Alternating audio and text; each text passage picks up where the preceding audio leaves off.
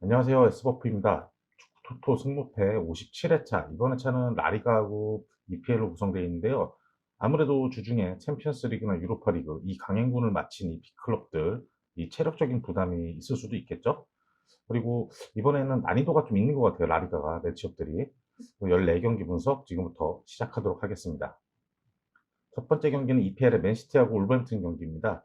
맨시티는 주말 리그에서 와퍼드 상대로 3대1 완승을 거뒀는데 이 주중 챔스 라이프치히 원정에서는 그렇게 큰 로테이션 없이 주축 선수들이 나서긴 했는데 2대1로 패했죠. 경기는 우세하게 주도했는데 이 상대 킬패스 한 방에 이 센터백 사이 공간이 뚫리면서 선제골을 내줬고, 후반에도 역습 상황에 추가 실점을 했죠. 경기를 우세하게 주도하면서 라인을 너무 높게 끌어올리다가 보니까 나온 그런 좀 미스였어요. 마레즈가 진체코의 크로스를 헤딩으로 연결하면서 7경기 만에 골맛을 보긴 했죠. 패했긴 하지만 뭐 전체적인 경기력은 맨시티다운 그런 패스 플레이가 잘 나왔던 경기들이었습니다. 울버햄튼이 주말 리버풀 상대로 홈에서 잘 버텨냈는데 말 그대로 진짜 잘 버텼죠. 네, 1대 0으로 패했습니다. 상당히 공격적인 운영에 밀리면서 수세에 몰렸던 경기였죠. 그 리버풀의 공격 스피드가 빠른 것을 감안해서 뒷공간을 이제 한 방에 안 주려고 라인을 좁히면서 그런 수비적인 전술을 펼쳤죠. 리버풀 공격력이 뭐 워낙 강한 만큼 미드필더들도 좀처럼 전진하지 못했죠. 뒤쪽에서 이제 버티는 모드였습니다. 쓰리백 라인의 슈팅 차단과 뭐 적극적인 태클 수비도 좋았습니다. 원체 라인을 내려섰기 때문에 역습 찬스를 뭐 제대로 살리기는 힘들었던 경기죠. 90분까지 리버풀의 공세를 잘 막아냈는데 94분 이 마지막 공격 한 방을 막아내지 못하면서 오리기에게 실점하면서 무너졌죠. 뭐 전력상 맨시티의 우세가 확실한 경기지만 이게 지난 주말 울버햄튼이 각 잡고 수비하면서 리버풀을 괴롭힌 걸 감안하면 이번 경기도 울버햄튼은 수비적으로 나서면서 꽤나 잘 버텨낼 수는 있을 것 같아요. 근데 다만 맨시티의 패스 플레이가 리버풀보다 조금 더 정교하고 창의적인 만큼 울버햄튼 상대로 맨시티가 확실히 우세한 경기를 하겠죠. 맨시티의 승 예상합니다. 두 번째 경기는 에스파뇰과 레반테의 라리가 경기인데요. 에스파뇰이 지난 주말 라요 원정에서 1대 0으로 패했습니다. 이 토마스를 앞세워 상승세를 탔었던 에스파뇰인데 최근 이 토마스의 득점이 침묵하면서 경기력이 좀 기복이 있죠. 토마스는 딱히 폼이 떨어진 것은 아닌데 골 운이 좀 따르지 않는 모습이에요. 라요 상대로도 측면에서 올라오는 크로스를 이 전방에서 그 토마스가 슈팅으로 잘 마무리를 했는데 이 골키퍼 정면을 향하는 슈팅이 좀 많았죠. 퍼펙 수비 라인은 오른쪽 측면 수비가 조금 약한 모습을 보이면서 크로스를 자주 내주긴 했는데 이 중앙 수비수들의 커버 플레이가 좋았습니다. 라요 상대로는 뭐 아쉽게도 상대 크로스를 센터백 카브레라가 이 태클로 걷어내려오고 했는데 고게 어 브루네 자책골로 들어가면서 패하고 말았죠. 레반테는 지난 주말 옵사수나를 상대로 0대 0으로 비기면서 아직도 승리를 거두지 못하고 있습니다. 리그에서 지금 8무 8패예요. 팀 에이스인 모랄레스도 부진하고 측면에서 좀 경기를 풀어주고 활약해야 할 이 프로토스도 폼이 좀 떨어져 있죠. 최전방 마르티 역시 부상으로 정상 컨디션이 아닌 것 같아요. 전체적으로 팀이 크게 흔들리고 있습니다. 중원에서도 압박이 떨어지면 이 상대 패스 플레이를 견제하지 못하면서 주도권을 내주는 그런 경기들이 많죠. 오사수나 상대로는 홈에서 좀 공격적으로 나서며 첫 승을 기대했는데 이날 그 오사수나의 에레라 골키퍼가 굉장히 눈부신 선방을 펼쳤죠. 그리고 골대를 맞추는 그런 불운에 시달리면서 무득점 경기를 하고 말았습니다. 에스파뇰 토마스가 최근 골이 없지만 여전히 최전방에서 제 몫을 해주면서 공격의 축 역할을 잘 해주고 있습니다. 좌우 측면 전개에 이은 토마스를 향한 에스파뇰의 공격 전개를 레반테 수비 라인이 막아내기 좀 벅차 보입니다. 에스파뇰의 수비 라인이 매우 견고한 만큼 최근 부진한 레반테가 뚫어내기에도 좀 벅차 보이죠. 이 경기 에스파뇰의 승 예상합니다. 세 번째 경기는 아스날과 사우스햄프의 경기인데요. 아스날이 우세한 경기를 펼치고도 이 주말 에버튼에게 패하면서 2연패에 빠졌죠. 경기력은 되게 좋았는데 이 경기 막판 운이 좀 따르지 않았습니다. 이날 뭐 로테이션 차원인지 오바메양이 벤치에서 시작하고 라카제트가 최전방으로 올라오고 이 선에서 이제 웨데고르가 나섰는데요. 전반 막판 웨데고르가 티어니 크로스를 골로 연결하면서 두 경기 연속 골을 기록했죠. 경기를 우세하게 가져가면서 공격적인 운영을 했는데 이 슈팅 정확도가 좀 떨어졌어요. 그래서 우세함을 유지하지 못했죠. 찬스에서 마무리 짓지 못하더니 결국 상대 슈팅이 이 골대 맞고 나온 공이 재차 헤딩 슛에 동점골 내주고 말았죠. 경기 막판 상대 그레이의 슈팅이 또 골대를 맞고 골로 연결되는 아스날에겐 굉장히 불운했던 경기였죠. 사우샘프가 지난 주말 브라이튼 상대로도 1대1 무승부를 기록하면서 최근 4경기 연속 무승에 2경기 연속 무승부죠. 홈 2연전을 모두 무승부로 그치는 좀 아쉬움이었어요. 선발 출전한 최전방 브로자가 확실히 위협적인 장면을 좀 연출했어요. 공간을 향한 움직임도 좋았고 뭐 상대 수비를 달고 치고 달리는 능력도 있었고 슈팅력도 굉장히 좋아 보였습니다. 오른쪽 측면에서 레드문드의 활약도 좋았죠. 중원 조합의 압박 능력을 바탕으로 수비적으로 잘 버텨냈지만 뭐 후반 추가 시간 박스 앞에서 프리킥 상황이 이어지며 동쪽골 내주고 말았습니다. 근데 브로자가 보여준 공격력은 확실히 임팩트가 있었습니다. 아스날이 최근 2연패에 빠졌지만 지난 주말 보여준 경기력은 나쁘지 않았습니다. 오바메양, 뭐 은케이타 이 좋은 폼을 보여준 선수들이 후반에 교체로 출전했었는데 이번 경기에는 뭐 선발 출전할 것으로 좀 예상이 되죠. 스미스로도 부상해서 복귀 예상이 되고 있습니다. 사우스햄프도 뭐 중원의 안정감이 좋고 브로자의 공격력이 돋보이긴 했는데 아스날 상대로는 좀 벅차 보이죠. 사우스햄프가 아스날의 빠른 측면적인 속도를 쫓아가기에는 벅차 보이네요. 아스날의 승 예상합니다. 네 번째 경기는 첼시와 리즈의 경기인데요. 첼시가 지난 주말 웨스트햄에게 2대 3으로 역전패하고 주중 챔스 원정에서는 제네트와 비기며 좀 흔들리고 있죠. 아무래도 이 코바치치와 캉테 이 주축 미드필더들의 부상에 그나마 버텨주던 조르직력까지 이 제네트 원정에서는 결장했죠. 이 중원 운영이 어려웠습니다. 코너킥의 강점을 보이는 만큼 뭐 경기 시작과 함께 코너킥 상황에서 크리스텐센의 그 백헤더를 베르너가 선제골로 연결했죠. 그러나 중원에서 확실하게 상대의 압박을 강하게 하지 못했고 이 수비적인 부분이 매끄럽지 못하면서 내리 실점했습니다. 베르너와 루카쿠, 투토 그리고 이 선에서 마운트의 기량이 뛰어난 만큼 추가골을 너무 역전하긴 했는데 경기 막판 박스 앞에서 느슨한 수비로 동점골 내주고 말았죠. 리즈가 지난 주말 그 브랜트포드 상대로 2대 2 무승부를 거두며 최근 3경기에서 1승 2무로 안정세를 보이고 있죠. 그 상대에 비해서 중원 운영 능력이 확실히 앞서 있는 만큼 우세한 경기를 가져갔지만 이 전반 초반 센터백 쿠퍼가 햄스트링이 올라오면서 일찍 교체되는 좀 불운이 있었죠. 전반 중반 하피냐의 감각적인 크로스를 이 로버츠가 슬라이딩 슛으로 선제골을 가져갔습니다.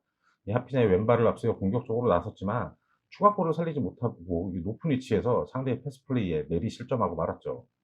후반 막판 부상에서 복귀한 벤포드가 교체 투입됐고 이 코너킥 상황에서 극적인 동점골을 성공시켰죠. 첼시가 확실히 위기입니다. 이 중원 자원들의 연이은 부상으로 허점이 생겼죠. 현지 보도에 따르면 조르지뉴의 복귀 가능성은 어느 정도 있어 보이는데 리즈는 이 벤퍼드도 부상에서 복귀하며 정상 전력에 거의 가까워졌죠. 첼시의 공격 전개와 득점력은 앞서 있지만 이 느슨해진 중원의 수비력이 관건입니다. 하피냐의 개인 기량에 중원이 흔들릴 가능성이 있죠. 이 경기 아무래도 리즈가 또 압박이 좋잖아요. 무승부 가능성도 있어 보입니다. 첼시의 승무 예상합니다. 다섯 번째 경기는 리버풀과 에스턴 빌라의 경기입니다. 리버풀이 주말 울버햄튼 원정에서는 상대의 수비적인 전술에 좀 고전했죠. 경기를 일방적으로 몰아쳤는데 이 정규 시간 내에 골을 성공하지 못하고 후반 추가 시간에 간신히 살라의 돌파에 이은 크로스를 오리기가 결승골로 연결했죠. 주중 챔스 AC 밀란 원정에서는 로테이션 돌리며 나섰음에도 우세한 경기를 펼치며 2대 1로 승리했습니다. 코너킥에서 선제 실점했지만 살라가 리바운드 슛으로 쫓아갔고 오리기 역시 그 마네의 슛이 튀어나온 걸 역전골로 성공시켰죠. 주말 주중 모두 승리를 거두긴 했지만 시도했던 공격 빈도에 비해서는 득점력이 조금 아쉬운 리버풀이었죠. 레스턴이 확실히 제라드 부임 후 경기력이 올라오더니 지난 주말 레스터 상대로 2대 1로 승리했습니다. 맨시티에게 1패를 당했고 브라이튼, 크리스탈, 레스터 상대로 3승을 거뒀죠. 전반 초반 상대의 전방 압박에 볼을 빼앗기며 선제 실점하며 좀 흔들렸는데 코너킥 상황에서 부에잉다의 그 헤딩 슛을 포사가 살짝 건드리면서 동점골로 연결했죠.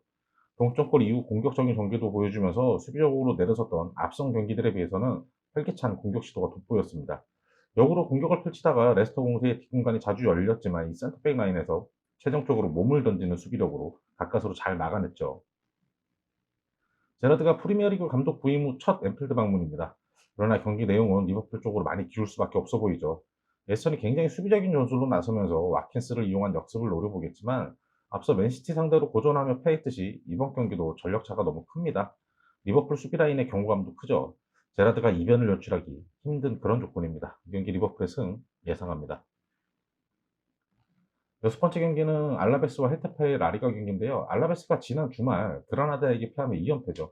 득점력은 저조하고 수비력은 허술하고 아무래도 강등권을 벗어나기 힘든 경기력입니다. 그라나다 원정에서는 공격적인 전개가 잘 되면서 상대를 위협하긴 했는데 전반 초반 이 중거리골 내주면서 끌려갔죠. 센터백 라구라디아가 걷어낸 공이 상대에게 패스가 되는 아주 운이 나쁜 상황이었죠. 멘데지의 오른쪽 돌파 플레이는 좋았고 옥셀로의 원톱 역할도 나쁘진 않았지만 이 공격 전개에서 마무리 패스의 정확도가 너무 떨어집니다. 상대 자책골로 균형을 맞췄지만 코너킥 상황에서 상대 슈팅이 골대 맞고 하필이면 재차 이 상대 선수한테 떨어지면서 결승골 내주면서 무너졌죠. 헤타페가 지난 주말 빌바오를 상대로 0대 0 무승부를 거두면서 최근 리그 3경기에서 1승 2무로 분위기가 좋습니다. 특히 3경기 연속 클린시트예요. 물론 상대 팀들이 공격력이 약한 팀들이긴 했지만 시즌 초반 수비 라인이 흔들렸던 걸 감안하면 꽤나 안정된 모습이죠. 홈인 만큼 수비적으로 나서는 빌바오 상대로 공격적인 운영을 했지만 빌바오 이 시몬 골키퍼의 선방에 막히고 말았습니다. 무나리 최전방에서 내주는 공을 이성 공격진의 슈팅으로 연결했지만 번번이 이 상대 키퍼에게 막히고 말았죠. 두 팀 모두 공격력이 발목을 잡고 있죠. 최근 경기력에서는 알라베스보다 헤타페가 조금 더 안정적인 모습이죠. 수비 라인에서 최근 무실점 경기들을 펼치고 있고 이 골 결정력이 부족했지만 확실히 라미레즈와 알레나 이런 빠른 선수들과 중앙에서 우나리 연계가 좋아지고 있습니다. 저조한 득점력으로 무승부 가능성이 매우 커 보이지만 헤타페가 잡아낼 확률도 꽤 높아 보이는 경기입니다. 알라베스의 무패 예상합니다. 일곱 번째 경기는 노리치와 맨유 경기입니다. 노리치는 지난 주말 토트넘에게 3대 0 완패를 당하며 앞선 4경기에서 2승 2무의 상승세가 끝났습니다. 아무래도 공격력이 크게 강하지 않았던 팀들을 상대로는 버텨냈었지만 이 토트넘의 공격력에 밀렸고 중원에서 놀만의 결정으로 이 밸런스가 무너진 점도 있었죠. 토트넘의 공격 속도를 감당하지 못했고 경기 초반 중거리골 내주면서 흔들렸습니다. 터키를 앞서서 강한 전방 압박을 펼치긴 했는데 그 위험 지역에서 공을 뺏어내고도 결정적 찬스로 연결시키지 못했어요. 이 푸키를 향한 크로스의 정확도도 너무 떨어졌습니다. 맨유가 랑닉 감독 부임 후 주말 리그 경기에서는 크리스탈 상대로 1대 0으로 승리했고 16강 진출이 확정된 챔스 마지막 경기에서는 로테이션을 돌리면서 여유로운 모습으로 주축 선수들한테 휴식을 줬죠. 그러면서 1대 1로 비겼죠. 주말 리그 경기에서는 올 시즌 맨유의 주전술인 그 4-2-3-1 형태로 나섰고 기존 멤버들이 거의 다 나섰죠. 페르난데스와 프레드의 경기 운영에 상대를 압도하면서 우세하게 경기를 가져갔습니다. 상대가 수비적으로 내려서며 뒷공간 침투가 좀 여의치 않았고 박스 안에 수비 숫자가 많아서 정교한 슈팅 시도에는 좀 어려움이 있었습니다. 이 그린우드가 상대 수비가 자기에게 쏠린 사이에 이 패스를 내줬고 요걸 프레드가 침착하게 박스 앞에서 슈팅으로 결승골 뽑아냈죠. 맨유가 주중 챔스에서 로테이션 돌리면 체력적인 어려움은 없는 상황입니다. 노리치가 홈팀이지만 맨유 상대로 이변을 연출하기는 좀 어려워 보이죠. 산초나 레시포드 이런 스피드와 침투를 노리치 수비 라인이 감당하기는 벅차 보이죠. 노리치의 패 예상합니다. 여덟 번째 경기는 빌바오와 세비야의 경기입니다. 빌바오가 지난 주말 헤타페 원정에서도 비기면서 최근 7경기 승리 없이 5무 2패로 부진하죠. 원체 수비 밸런스가 잘 잡혀서 안정적인 경기 운영을 하지만 득점력이 너무 저조합니다. 16경기를 치르면서 실점이 11실점밖에 안 되는 이 짠물 수비력인데 득점력도 13골밖에 되지 않습니다. 원정 경기만큼 안정적인 운영을 하며 윌리엄스의 역습에 기대를 걸었지만 이 결정력이 부족했죠. 헤타페의 공격적인 운영에 위기가 많았지만 시몬 크케포가 두세 골 정도를 막아낼 정도로 슈퍼 세이브를 펼치며 간신히 비겨낼 수 있었죠. 세비야가 주말 비아레알 경기에선 졸전 끝에 1대 0으로 승리했지만 주중 챔스에서는 잘츠부르크 원정에서 우세한 경기를 하고도 1대 0으로 패했습니다. 아무래도 주축 공격진의 부상 여파로 공격력이 확실히 약해진 탓이죠. 라키티치를 앞세운 중원 운영과 오캄포스가 건재한 만큼 측면에서의 전개는 위력적이었는데 최전방 이 중앙에서 마무리해줄 능력이 좀 떨어졌습니다. 포백 수비 라인의 견고함은 잘 유지됐지만 상대 역습에 측면 수비가 무너지며 실점했었죠. 세비야가 주축 공격진들의 부상 이탈로 확실히 공격력에 약점이 생겼습니다. 빌바오는 원체 공격력이 약하죠. 공격력에 허점이 있는 두 팀이지만 수비력은 둘 다 뛰어나죠. 무승부 가능성이 굉장히 커 보이는 경기입니다. 그래도 오캄포스의 한방, 라키티치의 운영 능력이 있는 세비야의 승리 가능성도 좀 커 보이죠. 빌바오의 무패 예상합니다. 아홉 번째 경기는 발렌시아와 엘체 경기인데요. 발렌시아는 최근 확실히 짜임새 있는 경기력으로 안정된 모습이죠. 지난 주말 셀타비고 상대로는 홈팀 셀타비고의 강한 압박에 고전했어요. 전반 초반 수비 진영에서 상대 압박에 볼을 빼앗기며 역습을 허용했고 그대로 실점하면서 끌려갔죠. 길라몬이 수비했지만 아스파스의 헛다리에 뚫리고 말았습니다. 발렌시아 역시 강한 전방 압박으로 상대 골키퍼의 패스 실수를 유발하며 그 뒤로가 동점골을 성공시켰죠. 후반에는 고메즈가 간결한 뻘터치를 보이면서 역전골에도 성공했습니다. 셀타가 거세게 몰아쳤지만 칠레센 골키퍼의 슈퍼세이브로 승리를 지켜냈죠. 엘체가 지난 주말 카디스 상대로도 공격력을 뽐내며 3대1 완승을 거뒀죠. 리그 8경기 만에 거둔 아주 오랜만의 승리였어요. 보예와 페레즈 투톱을 내세우면서 홈에서 공격적으로 나섰는데 오히려 카디스의 날카로운 역습에 위기가 좀 많았습니다. 전반 초반 페레즈가 PK를 얻어내고 이걸 피델이 성공하면서 앞서갔지만 곧바로 PK를 내주면 위기가 있었죠. 상대 슈팅이 골대를 때리는 좀 행운이 따랐죠. 상대가 라인을 올리자 후반 뒷공간을 파고들며 추가골로 승기를 잡았습니다. 경기 막판 코너킥 실점이 있었지만 간결한 역습 전개로 쐐기골을 넣으며 승리했어요. 이게 승리를 하긴 했지만 상대 카디스의 슈팅이 두 차례나 골대를 때리는 행운이 엘체에게 행운이 따랐던 경기입니다. 발렌시아는 최근 부상으로 폼이 떨어졌던 고메즈가 오랜만에 골맛을 보며 공격 진영에 무게감이 생겼죠. 뒤로와 고메즈의 투톱, 여기에 게데스까지 포함해서 공격 옵션이 좀 다양해진 느낌이에요. 경고누적으로 결장했던 디아카비도 복귀하면서 수비 라인도 안정이 될 겁니다. 두 팀 모두 수비력이 떨어지는 만큼 최근 최전방 조합이 살아난 발렌시아가 홈에서 확실히 우세한 경기를 가져갈 것 같네요. 발렌시아의 승 예상합니다. 열 번째 경기는 버니와 웨스트햄의 경기입니다. 버니가 지난 주말 뉴캐슬 원정에서 1대 0으로 패하며 최근 4경기 무패 행진이 끝났죠. 우드를 향한 롱볼, 우드의 헤딩 세컨볼을 코르넷이 받아서 공격 마무리. 위협적인 공격 패턴이긴 했지만 상대 수비가 이 코르넷의 세컨볼 플레이에 대처를 아주 잘했죠. 왼쪽 측면에서 거dum도선도 공격적인 폼이 굉장히 좋았고 크로스 전개도 좋았습니다. 코르넷을 향한 역습 전개도 위협적이었지만 이날 코르넷이 전반 중반 근육 부상으로 교체 아웃되면서 출전 여부가 불투명하죠. 비드라가 교체 출전했지만 코르넷만큼의 파괴력을 보여주지 못했습니다. 중원에서 경기를 풀어주는 능력이 떨어지는 부분도 버니는 굉장히 아쉬운 부분이죠. 웨스트햄이 지난 주말 첼시 상대로 짜릿한 3대2 승리를 거두며 최근 맨시티에 패하고 브라이튼과 비기며 부진했던 모습에서 벗어났죠. 경기 내용적으로 첼시에게 좀 밀리는 형세였지만 강한 전방 압박으로 이 상대 백패스 미스를 유발하면서 페널티킥을 얻어냈고 후반에는 이 보웬과 마수아크의 골로 승리를 했죠. 보웬은 전방에서 공격적인 모습과 왼발 슛은 물론이고 하프라인 이 상대 진영에서의 강한 압박도 좋았습니다. 수비 라인에서 3백과 윙백 사이에 이 사이 공간이 자꾸 간격이 벌어지면서 이 공간을 향한 상대의 침투에 좀 허점을 보이고 있죠.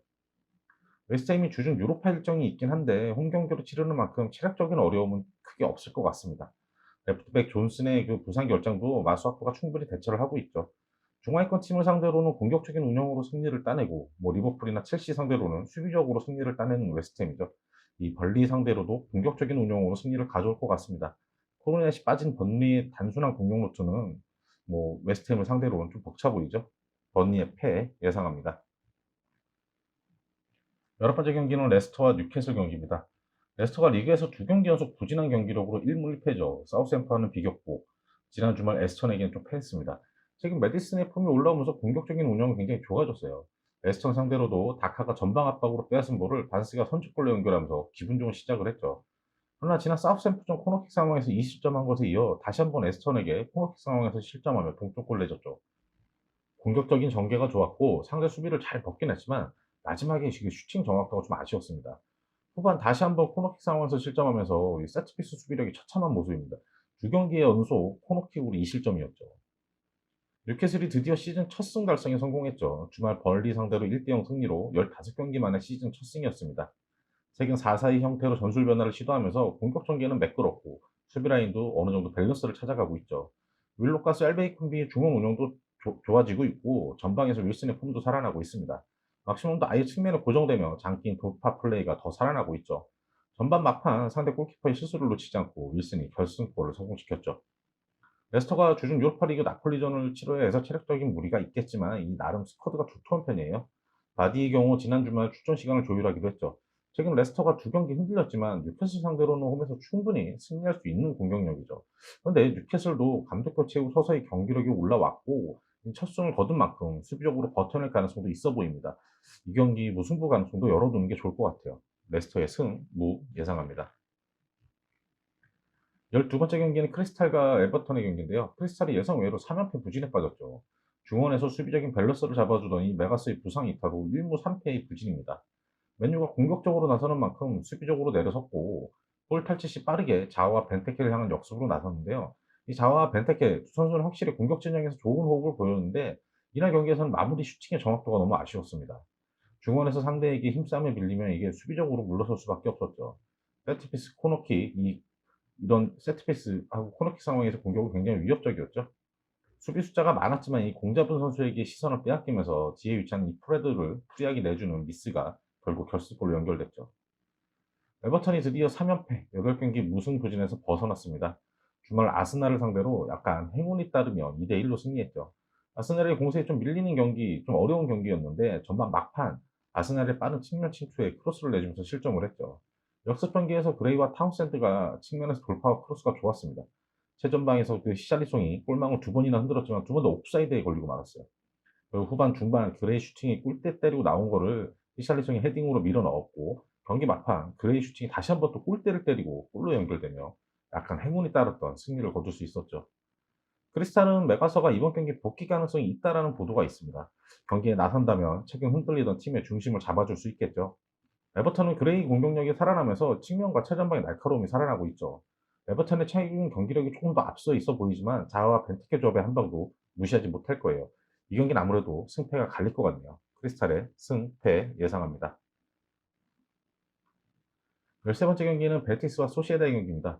베티스가 지난 주말 바르셀로나 상대로도 1대0으로 승리하며 최근 리그 3연승의 상승세죠. 올 시즌 확실히 안정된 수비력 그리고 공격력을 통해서 유로파리그와 리그에서 순항하고 있습니다. 최전방에서 후반매의 잠재력이 드디어 폭발하며 최근 리그 3경기에서 5골이라는 아주 매서운 골폭풍으로 팀의 상승세를 이끌고 있죠. 바르셀로나 상대로도 날카로운 침투 플레이를 보이더니 결승골을 성공시켰습니다. 카날레스의 공격적인 경기 운영도 좋고 중앙 그 투미들의 수비적인 밸런스도 굉장히 뛰어나죠. 소시에다가 지난 주말 레알에게 패하면서 리그 2연패 부진입니다. 유로파 모나코전까지 포함해서 3연패죠. 구강컵에서 승리를 하긴 했는데 하위 리그 팀과의 대결이었죠. 견고했던 수비 라인이 흔들리면서 실점이 많아지고 있습니다. 레알 상대로도 수비 숫자가 많았음에도 좁은 공간에서 상대 패스 플레이에 무너졌고, 세트피스 수비에서도 집중력이 좀 부족했죠. 공격 전개 역시 오야르자발의 날카로움을 건재하지만 올 시즌 이삭이 좀 부진해요. 이삭의 부진이 길어지면서 골 결정력도 떨어지고 있죠. 두 팀 모두 주중 유로파리그 경기를 치러야 하는 체력적인 부담감이 있습니다. 최근 보여준 경기력을 본다면 베티스가 그 소시에다에 비해서는 월등히 안정적인 모습입니다. 탄탄한 중원을 바탕으로 카날레스의 날카로운 공격 전개가 매섭죠. 최전방 이삭의 부진으로 고전하는 소시에다와는 대비되는 경기력입니다. 베티스의 우세가 예상되는 경기죠. 베티스의 승 예상합니다. 14번째 경기는 레알과 에티 마드리드의 경기입니다. 레알 마드리드가 주말 소시에다전 승리에 이어 주중 챔스 인터밀란 상대로도 2대0 완승을 거두며 상승세입니다. 최근 공식전 9연승이죠. 소시에다전에서 벤제마가 부상을 당하며 중앙 공격에 허점이 예상이 됐는데 루카요비치가 나서서 어느 정도 제 몫을 해줬죠. 본인이 욕심을 내기보다는 연계 플레이에 집중하면서 동료들의 찬스를 열어줬습니다. 측면에서 비니시우스가 경기를 지배하면서 공격적인 운영을 했고 중원의 산미들도 든든했습니다. 이 크로스는 장기인 중거리골로 선제골도 보여줬죠. 호드리고도 골은 없었지만 박스 안에서 굉장히 위협적인 모습을 보여줬죠. 레이트 마드리드는 주말 리그 마요르카전에서 1대2로 패하는 좀 부진한 모습이었죠. 챔스를 대비해서 조금 로테이션을 돌렸지만 후반 막판 수비 뒷공간이 무너지면서 패했습니다. 주중 챔스 포르투 원정에서는 전반 초반 수아레즈가 부상으로 교체 아웃되면서 좀 위기가 있었죠. 그래도 홈팀 포르투의 공격적인 운영을 오블락키의 선방으로 버텨냈습니다. 후반 코너킥 상황에서 그리즈만이 골로 앞서갔고, 후반 포르투가 먼저 퇴장을 당하긴 했지만 포르투도 퇴장당하면서 10대 13으로 이어졌고, 그리즈만의 창의적인 역습 패스를 코레아가 마무리하며 세기를 박았죠. 전체적으로 레알 마드리드가 유리한 입장입니다. 에티 마드리드는 포르투갈 원정에서 말 그대로 혈투를 치르고 왔죠. 더군다나 수아레즈가 부상으로 출전이 불투명, 이 수아레즈 부상이 어떻게 될지 봐야 되겠지만 그 어떤 뭐 접촉이나 이런 거 없이 혼자 이렇게 부상을 입고 나왔거든요. 좀 그래서 심각한 부상이 아닐까 예상이 되고 있습니다. 레알의 우세가 예상이 되지만 AT 마드리드 그 특유의 수비 조직력이 발동이 되면 이것도 무승부 가능성도 커요. 벤제마가 아직 부상 중이니까. 이 경기는 레알의 승부 예상합니다. 마지막으로 57회차 최종 픽 한번 확인하겠습니다. 1경기 맨시티의 승, 2경기 에스파뇰의 승, 3경기는 아스날의 승, 4경기 첼시의 승무, 4경기 리버풀의 승, 5경기 리버풀의 승이죠. 6경기 알라베스의 무패, 7경기 노리치의 패, 8경기 빌바오의 무패, 9경기 발렌시아 승, 10경기 번니의 패, 11경기 레스터의 승무, 12경기 크리스탈의 승패, 13경기 베티스의 승, 14경기는 레알의 승무. 이상으로 저희는 57회차 분석 마치도록 하겠고요. 저희는 다음 58회차 분석 영상으로 다시 찾아뵙도록 하겠습니다.